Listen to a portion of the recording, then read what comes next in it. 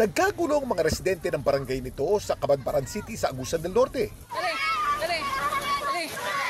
Nang sa kanilang dalampasigan, may inanod na malaking isda.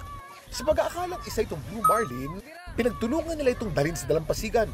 Dito nila napagtanto ng isda, hindi pala Blue Marlin kundi isang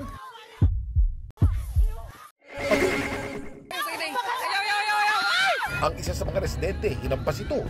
Rason para ito'y masugatan at manghina. Kinahapunan ang pating, pinawian na rin ng buhay. Nang masuri na ito ng Bureau of Fisheries and Aquatic Resources o BFAR, napag-alaman nila na ang pating ay isa palang blue shark. Buntis pala. Ang 29 na mga papo anak nito na ibalik sa dagat. Sa isang pahayag, kinondena ng BFAR ang kalunos-lunos na sinapit ng pating. Napakahalaga kasi ng papel ng mga ito sa ating dagat.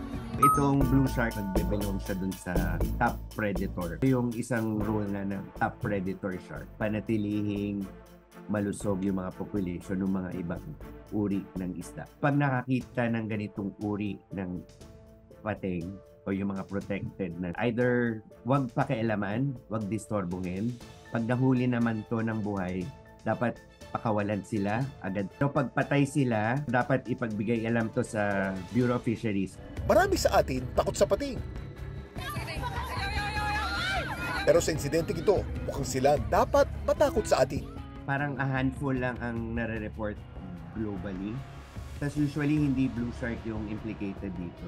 Dito sa Pilipinas, halos zero yung reports. Plus hindi naman tayo natural prey ng mga pating. Ito po si Kuya Kim at sabi ko kayo, 24 oras.